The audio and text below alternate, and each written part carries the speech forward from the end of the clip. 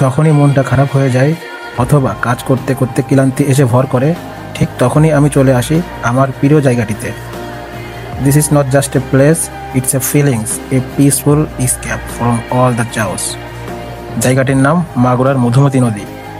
এখানে বাতাসে আছে একরকম জাদু, ঢেউয়ের সুর যেন হৃদয়ের সাথে তাল মেলায়। কখনো শুধু বসে থাকি নদীর ধারে, চুপচাপ দেখি সূর্যটা কেমন ধীরে ধীরে পানিতে হারিয়ে যায়।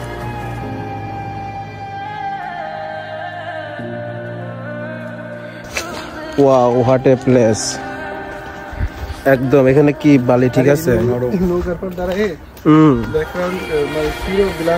আমরা শেষ বিকেলের একটু আগে চলে আসলাম মধুমতি নদীর একটু মজা নিতে। After many days letter.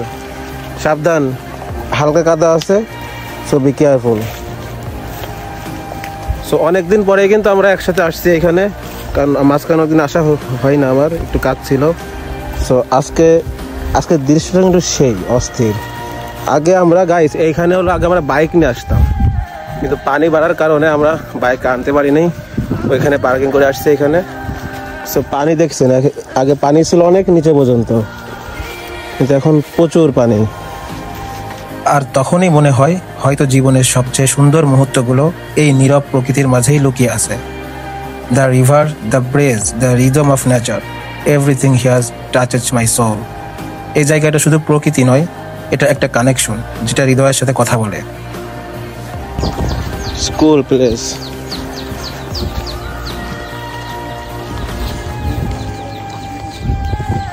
সবাই ভিডিও করো, তোমরা ভিডিও করো, এখান থেকে ভিডিও মিস দিলে কিন্তু সব মিস হয়ে যাবে।